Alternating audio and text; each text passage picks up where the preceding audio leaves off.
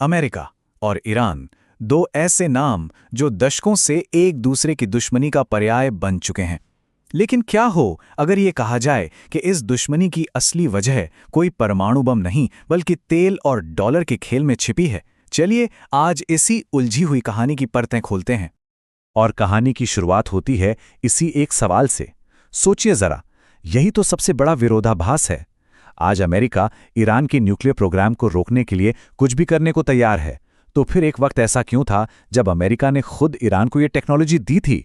तो इस सवाल का जवाब ढूंढने के लिए हमें थोड़ा पीछे जाना होगा और यह समझना होगा कि यह कहानी एटम बम से नहीं बल्कि तेल से शुरू होती है। साल था 1950 का दशक। जरा इस टाइमलाइन पर नजर डालिए। 1951 में ईरान के प्रधानमंत्री मोसद्देक ने एक बड़ा कदम उठाया। उन्होंने तेल उद्योग का राष्ट्रीयकरण कर दिया। अब ये बात अमेरिका और ब्रिटेन के हितों के बिल्कुल खिलाफ थी। तो नतीजा, 1953 में CIA ने उनकी चुनी हुई सरकार का तख्ता पलट कर दिया और शाह को वापस गद्दी पर बिठा दिया। अब शाह अमेरिका का खास दोस्त था और इसी दोस्ती के नाते 1957 में अमेरिका ने एटम्स फॉर पीस प्रोग्राम के तहत ईरान को उसकी पहली न्यूक्लियर टेक्नोलॉजी दी। यहीं से आप देखिए अविश्वास और इस विरोधाभास दोनों का जन्म हुआ। और ये कोई मामूली घटना नहीं थी।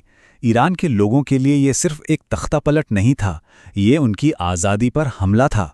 और यहीं से उस गहरे गुस्से और अविश्वास की नींव पड़ी जिसने अमेरिका मुर्दाबाद जैसे नारों को जन्म दिया, जो आज तक कायम है। अब कहानी में एक बड़ा ट्विस्ट आता है। एक ऐसी घटना जो अमेरिका में हो रही थी, जिसका ईरान से पहली नज़र में कोई लेना देना नहीं लगता, लेकिन इसने पूरी दुनिया की इकोनॉमी को और अमेरिका ईरान के रिश्ते को हमेशा के लिए बदल कर रख दिया। तो हुआ ये कि 1971 में अमेरिकी राष्ट्रपति निक्सन ने एक चौंकाने वाला ऐलान किया। उन्होंने कहा कि अब अमेरिकी डॉलर के बदले सोना नहीं मिलेगा। अब ये एक बहुत बड़ा कदम था, क्योंकि इससे डॉलर की जो ग्लोबल रिजर्व करेंसी की हैसियत थी वो खतरे में पड़ गई। अमेरिका को अपनी करेंसी को बचाने के लिए अब एक नए सहारे की जरूरत थी, और वो नया सहारा बना तेल। अमेरिका ने एक बहुत ही शानदार सिस्टम बनाया जिसे पेट्रो डॉलर सिस्टम कहते हैं। आसान भाषा में एक ऐसी व्यवस्था जिसमें दुनिया की सबसे जरूरी चीज यानी तेल सिर्फ और सिर्फ अमेरिकी डॉलर में ही खरीदा और बेचा जाएगा। अब ये सिस्टम काम कैसे करता है, ये बहुत दिलचस्प है। ये एक तरह का लूप है। स्टेप 1, अमेरिका सऊदी अरब को मिलिट्री सुरक्षा का वादा करता है। स्टेप 2, इसके बदले में सऊदी अरब अपना सारा तेल सिर्फ अमेरिकी डॉलर में बेचने के लिए मान जाता है। स्टेप 3 और 4, फिर क्या, बाकी तेल बनाने वाले देश भी यही करने लगते हैं।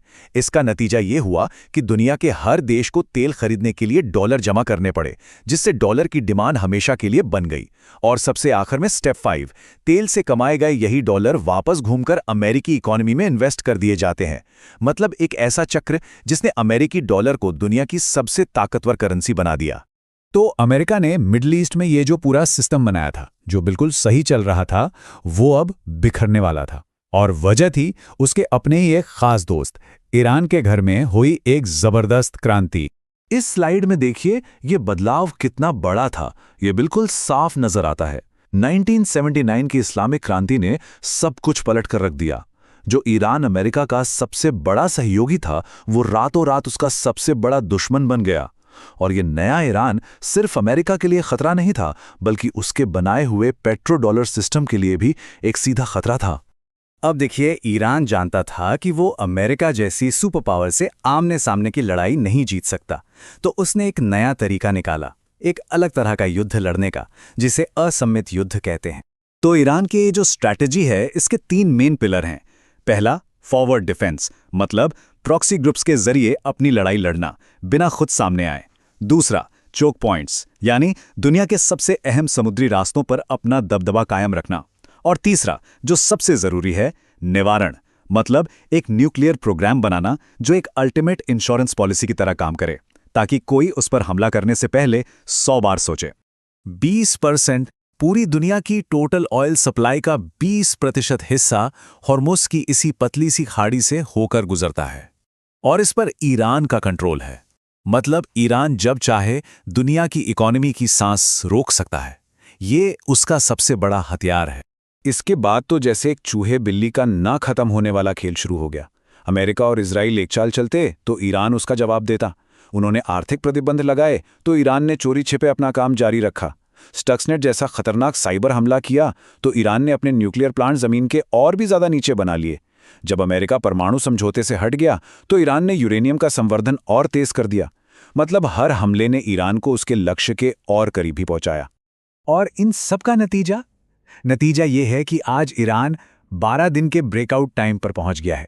अब इसका मतलब ये नहीं है कि 12 दिन में ईरान बम बना लेगा, नहीं, लेकिन इसका मतलब ये है कि वो एटम बम बनाने की दहलीज के इतना करीब पहुंच चुका है जितना पहले कभी नहीं था। और ईरान ये लड़ाई सिर्फ मिलिट्री से नहीं बल्कि इकोनॉमी से भी लड़ रहा है। ये चार्ट देखिए, कहानी बिल्कुल साफ हो जाएगी। एक तरफ ईरान का मुश्किल से $2000 का ड्रोन और दूसरी तरफ उसे गिराने वाली $40 लाख की अमेरिकन मिसाइल। ये एक ऐसी लड़ाई है जिसमें ईरान बहुत कम खर्च करके अपने अमीर दुश्मन को अरबों का नुकसान पहुंचा रहा है। और यहीं पर आकर सारी कड़ियां जुड़ जाती हैं। ये पूरी लड़ाई असल में इकोनॉमी की है। सोचिए, अगर ईरान के पास न्यूक्लियर वेपन आ जाता है तो वो अमेरिकी दबाव से पूरी तरह आज़ाद हो जाएगा।